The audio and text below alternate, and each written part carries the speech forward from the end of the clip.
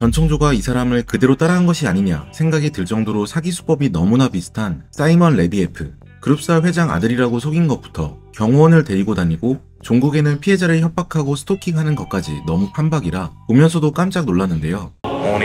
Things you're doing for me, the things that we're going through together right now, it's for life. 사람들은 단순히 돈에 속아 넘어간 게 아니냐 하겠지만 사실 돈은 극히 일부의 이유였을 뿐 사기꾼들은 생각보다 누구나 속아 넘어갈 수밖에 없는 다양한 심리 트릭들을 이용합니다. 사이먼 레비에프와 전청조 사건을 비교하면서 낱낱이 분석해드리겠습니다. I don't understand how someone can be so fucking evil. 사기꾼 수법 첫 번째, 첫인상이 모든 것이다. 사이먼 레비에프는 비록 키는 다소 작지만 잘생긴 얼굴에 무려 LLD라는 세계적인 다이아몬드 회사 사장의 아들입니다. 물론 이 모든 것은 사기였습니다. 실제 그의 정체는 이스라엘의 서민층 출신으로 10대 때부터 남의 돈을 훔치고 사기를 쳐서 전과만 여러 개인 사기 범죄자에 불과했죠. 하지만 그는 한 가지 남들보다 특출난 능력을 가지고 있는 게 있었는데요. 바로 쇼잉이었죠. 특히 인상적인 첫인상에 가장 신경을 썼습니다. 보통 사이먼은 여자들을 만나기 위해 틴더라는 어플을 이용했는데요. 중요한 건 그의 사기는 여자들을 만나기 전부터 시작됩니다. 우선 상대에게 신뢰감을 주기 위해 자신의 프로필에 진짜 인스타그램 계정을 올려두었습니다. 해당 계정에는 전용기를 타고 출장 가는 사진, 외제차를 운전하는 영상 등으로 은근히 자신의 재력을 과시했죠. 또 사진들에는 몇백 개의 좋아요가 이 사람의 신뢰를 높여줬습니다. 대부분의 사람들은 SNS에 공개된 이미지만 믿고 그가 찐 부자였다고 생각했기 때문이죠. 그리고 사이먼 레비에프는 타겟이 자신에 대해 합리적인 의심을 갖기 전에 재빨리 첫 만남을 정해버립니다. 이렇게 함으로써 이성이 아니라 감정이 움직이게 되죠. 그리고 약속 시간과 장소는 항상 본인이 정했는데요. 자신이 바쁘다는 걸 강조하여 본인 스케줄에 상대가 맞추게끔 하여 자신이 상대보다 우위에 있음을 인지하게 하는 것이죠. Do you want to meet up? That he was staying at the Four Seasons. 자신이 있는 곳으로 여자를 부르고 Maybe if he needs a cup of coffee, we should go for one. He's already in Spain. 여자가 먼저 만나자고 하면 절대 만나주지 않습니다. 이 점은 전청조도 마찬가지입니다. 전청조는 사람들에게 다가갈 때 직접 대표 전청조로 다가가는 게 아니라 자신의 비서 역할로 먼저 접근했죠. 비서라는 사람을 거치게 하여 자연스레 이 사람은 쉽게 연락할 수 있는 사람이 아니고 나보다 우위에 있는 사람이라는 인식을 심어주는 것입니다. 맥락의 비밀. 사기꾼들이 가장 공들이는 것은 바로 맥락을 만드는 것입니다. 심리학에서는 이걸 쿨레쇼프 효과라고 하는데요. 여권 속의 사이먼은 왼쪽의 이 남자와도 오른쪽의 이 남자와도 동일한 남자입니다. 차이점은 왼쪽은 법정에 끌려간 사이먼의 사진이고 오른쪽은 백화점 쇼핑거리에서 시가를 들고 있는 사진이라는 것이죠. 같은 남자인데도 전혀 다른 남자처럼 보이는 것은 그의 배경 때문인데요. 쿨레쇼프 효과란 전후 이미지에 따라 감정이 달라질 수 있다는 것으로 쿨레쇼프 감독의 이름에서 따온 심리학 용어입니다. 감독은 똑같은 얼굴의 남자를 두 개의 다른 영상과 묶어 배치했는데요. 사람들은 먹을 것과 같이 보여주면 이 사람의 감정을 배고프다, 섹시한 여자와 같이 보여주면 감정을 성적으로 흥분되었다로 다르게 해석하였죠. 사이먼 레비에프는 이 맥락의 중요성을 누구보다 잘 이용했습니다. 우선 그는 항상 키 190cm, 몸무게 120kg의 경호원 퓨트르 칼루스키와 함께 다녔는데요. 사이먼은 본인의 체구가 다소 왜소한 편이기에 옆에 덩치 크고 문신한 폴란드 보디가드와 같이 다는 것이죠. 그러면 자동으로 그는 위압적인 인물로 보이게 됩니다. 또 하나 사이먼이 신경 쓰는 것은 바로 패션인데요. 그는 모든 TPO에 항상 정장을 입었습니다. 보통 정장은 불편해서 사적인 모임에서는 편하게 입는 게 보통인데 이들은 사적인 자리에서도 매번 정장을 갖춰 입어 마치 본인이 중요한 사람인 것 같은 인식을 주었죠. 그리고 만약 일상복을 입어야 할 때면 무조건 브랜드 로고가 크게 박혀 있어야 하죠. I take the watch to a pawn shop. It is fake. Of course it is, because nothing about him is real. 사실 사이먼에게 중요한 것은 명품의 가치나 디자인이 아닙니다. 오로지 남들에게 부자처럼 보이는 것이 중요하기 때문에 가짜 제품도 많이 이용하는데요. 사실 찐부자들은 반대로 정말 편하게 입는 경우가 많습니다. 자신을 옷으로 증명할 필요가 없기 때문이죠. 특히 빨간 운동화 효과에 따르면 이미 성공한 사람들은 오히려 편안한 옷차림을 할수록 더 높은 지위와 능력을 가진 것처럼 생각이 든다고 합니다. 키가 작고 왜소한 전청조가 일부러 남성이기를 선택한 이유도 여기에서 비롯되는데요. 이전에 사기 전과가 많은 전청조는 여성으로서 사기의 한계를 느꼈던 것 같습니다. 아직은 보수적인 시각 탓에 남성일 때 사업적 신뢰도가 더 높이 쌓이고 가스라이팅이 용이하다고 판단한 것이죠. 그래서 일부러 남성을 선택하여 권위적인 말투를 사용하고 남성성을 더 부각했는데요. 그도 항상 정장을 입고 있고 일상복을 입을 때도 명품 브랜드 로고가 크게 박힌 옷을 입고 있습니다. 그리고 비서의 역할도 적재소서로 활용했는데요. 대표에게 100% 복종하는 비서의 역할을 연기하면서 자신에게는 지시에 따라 움직이는 사람이 있다는 것을 보여줍니다. 그만큼 자신은 중요한 사람이며 함부로 하면 안 된다는 것을 어필하는 것으로 위압감과 권위를 보여주는 수법 중의 하나이죠. 그리고 언제 어디서나 보디가드를 대동했는데요. 인터뷰를 할 때도 그렇고 심지어 안전한 집에서도 보디가드를 대동하며 남성적인 인상을 주려고 했습니다. 보호자 코스프레. Security team has said that there is a problem. Please turn off the lights in the apartment. I'm shit scared. 가스라이팅을 당한 사람들이 대체 저런 거 왜 당할까 생각하시는 분들도 많은데 사실 그들이 피해를 당하면서도 알아차리지 못하는 이유는 가해자가 보호자의 얼굴을 하고 있기 때문입니다. 피해자들을 보호해주는 액션을 많이 취하기 때문에 반대로 이 사람이 나에게 나쁜 의도로 해를 끼칠 거라는 것을 아예 생각지 못하게 되죠.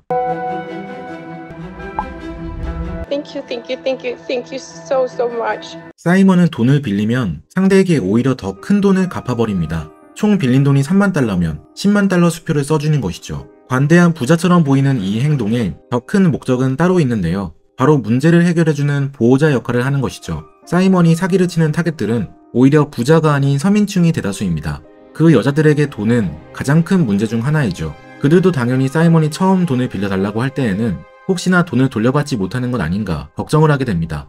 하지만 이때 사이먼은 일부러 더 큰 돈을 갚는 액션을 취하면서 이들의 문제를 해결해주는 해결사 역할을 자처하죠. 그러면 피해자들은 더욱 심리적으로 의지하고 싶어집니다. 전청조도 마찬가지인데요. 남현이가 서민층이 아니라 하더라도 그의 가장 큰 고민은 바로 역시나 사업이었죠. 실제로 이후 인터뷰에서도 전청조가 사업적으로 도움이 많이 되었다고 했는데요. 펜싱을 오래 하면서 친구가 없었다. 전 대표님이 너무나도 잘해주셨다. 저희 가족은 물론 지도자, 학생, 학부모와 소통하면서 심적으로 또 경제적으로도 진심을 다해 도와줬다.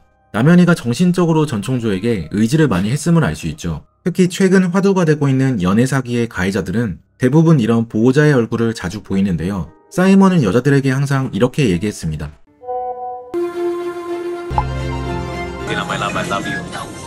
전청조도 인터뷰에서 딸을 잘 키우고 싶다. 가장 염려하는 부분이라며 세상에 부모를 대신하는 사람은 없다. 그 자리를 채워주는 역할을 하고 싶다고 했죠. 사실 이들은 아빠가 되는 것에는 전혀 관심이 없는 사람들입니다.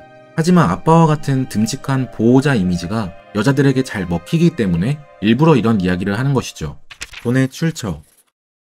사이먼과 전청조는 또 한 가지 공통점이 있는데요. 둘 다 그럴듯한 회사 이름으로 나름대로 부의 출처를 설명하려고 한 부분입니다. 둘 다 그룹사의 자식인 것처럼 행세하여 금수저임을 밝히고 이에 더해 스스로 사업과 투자에 정통한 능력남인 것처럼 행세했는데요. 우선 사이먼은 자신이 세계적인 보석 브랜드인 레비에프 다이아몬드 그룹의 후계자라고 밝혔습니다. He's the CEO of LD Diamonds. His dad was the king of diamonds. He was the prince of diamonds. 레비에프 다이아몬드는 세계 최고의 보석 브랜드로 에르메스나 까르티에보다 더 고급 브랜드로 여겨지는데요. 도널드 트럼프가 가장 사랑한 다이아몬드로 알려진 레비에프는 가장 잘 팔리는 반지가 1억 원대일 정도로 고가의 상품만을 취급하죠. 레비에프는 아들 2명, 딸이 2명 있는데 영국 더 선 기사에 따르면 숨겨진 아들이 1명 더 있다고 합니다. 사이먼은 이 기사를 활용해서 자신이 숨겨진 아들인 척 연기한 것이죠. 그와 레비에프의 유일한 공통점인 이스라엘 출신인 점을 이용하여 사진을 조작하고 원래 성이었던 예후다 하유트에서 레브에프로 개명하여 신빙성을 더했습니다. 당연히 사건이 종결되고 레비에프 측에서는 사이먼에게 브랜드 명예훼손으로 소송을 걸었습니다. 전청조도 자신의 성이 전씨인 것을 이용하여 파라다이스 그룹 아들인 척 했는데요. 심지어 1박에 1200만원짜리인 파라다이스 호텔에 묵으며 스태프들과 친한 척을 하여 자신이 혼외자인 것을 증명하려고 했습니다. 한편 이들은 단순 금수저가 아니라 자기 자신도 투자가라 주장했는데요. 사이먼은 자신이 비트코인 투자로 돈을 벌었다고 주장했고 전청조도 엔디비아 투자와 심리학 예절학원으로 돈을 벌었다고 했죠. 비트코인과 엔비디아 투자 모두 사람들이 한 번쯤 들어본 회사 이름인데요. 가까운 사람들 중 여기에 투자해 대박난 사람들은 없지만 건너 이걸로 돈을 많이 벌었다더라 이야기가 많이 들리기에 사람들이 혹할 수밖에 없는 것이죠. 약점을 보이다. 순대국밥, 곱창, 닭발을 먹어본 적이 없다는 전청조. 하지만 타겟의 신뢰를 얻기 위해서는 공감대를 형성해야 합니다. 인간은 무의식적으로 자신과 비슷한 사람을 좋아하기 때문이죠. 가장 좋은 방법은 자신의 비밀을 털어놓는 것인데요. 사이먼 레비에프는 공감대를 형성하기 위해 루틴을 정해놓았습니다. 바로 잠자리를 하고 침대에 누운 뒤 새벽 감성에서 자기 가족의 어두운 이야기를 고백하는 것이죠. He has some marks on his back.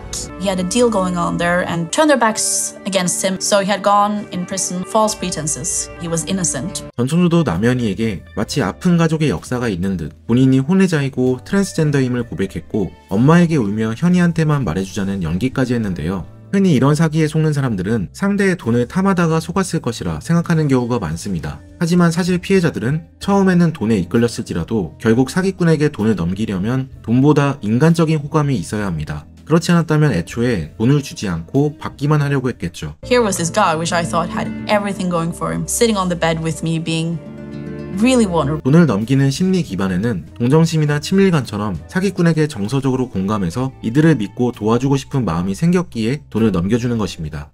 끝나도 끝이 아니다. 사기꾼들의 가장 큰 특징은 사기의 끝이 없다는 것인데요. I tried to reach you. Don't want to talk to you anyway. I want to tell you something. Take my advice. Just watch out. 피해자 쪽에서 관계를 먼저 차단하면 이를 받아들이지 않고 끝까지 집요하게 연락합니다. 전청조도 남현이의 집까지 찾아가서 스토킹으로 신고당했었죠. 심지어 상대가 진실을 알고 있고 이제 더 이상 거짓말이 통하지 않는데도 이들은 거짓말을 계속하게 됩니다. Can you just tell me the truth? I told you the truth. No, you haven't told me the truth. At least I deserve that. Pernilla, you have no idea. My enemy is trying to. 현재 전청조도 끝까지 거짓말로 밀어붙이는 중인데요. 대표님이 자살하셨다고 하지만 아무도 믿지 않자 갑자기 나타나서는 상속 문제 때문에 자살로 위장한 것이다 고 말하는 등 어이없는 거짓말을 계속하죠. 뻔뻔한 이들은 애초에 거짓말을 잘못이라고 인식하지 못하기 때문에 티나는 거짓말을 할지라도 일반 사람들과 달리 민망한 것이 전혀 없어서 상황만 모면할 수 있다면 최선을 다해 거짓말을 하는 것이죠. 이들의 거짓말은 감옥에 잡혀 들어가야만 끝이 납니다. 피해자들은 사기꾼들이 최소한 자신의 잘못을 인정하고 사과하고 왜 자기에게 사기를 친 것인지 이해하고 싶어 하지만 현실은 그럴 기회조차 주어지지 않죠. 생각한다는 착각은 우리는 모두 자신의 뇌가 저지르는 속임수의 희생자들이라 말합니다. 인간은 객관적 사실을 믿는 것이 아니라 착각 속에 속아 믿고 싶은 대로 믿어버리는 것이죠. 사기꾼들이 항상 하는 변명이 자기는 사실을 이야기했는데 피해자들이 과대 해석했다인데요. 전청조가 피해자들에게 일부러 사기친 것은 아니었고 본인은 그냥 투자를 하고 싶다고 변명한다거나 사이먼이 내가 돈을 달라고 한 게 아니라 여자들이 나를 너무 사랑해서 돈을 준 것뿐이다 라며 자신의 범행을 발뺌하죠. 분명 그렇게 속도록 분위기를 만들고 뉘앙스를 풍겼으면서 끝까지 책임을 피해자에게 넘기는 비겁한 변명입니다. 참고로 사이먼은 여자들에게 약 131억 원 정도를 뜯어냈지만 겨우 15개월 형을 받았고 그마저도 코로나로 5개월 뒤 감옥에서 풀려났습니다. 그 후 자신의 사업 수완을 판매하겠다며 온라인으로 비디오당 약 250만 원을 받고 판매하여 진짜 부자가 되었다고 알려져 있죠. 범행 수법이 너무 비슷한 걸 보면 전청조도 이 비디오를 샀을까 생각드는데 과연 그의 결말은 어떻게 될지 끝까지 지켜봐야겠습니다. 지금까지 책트폭행이었습니다. 오늘 함께 읽은 책 생각한다는 착각, 저자 닉 채터,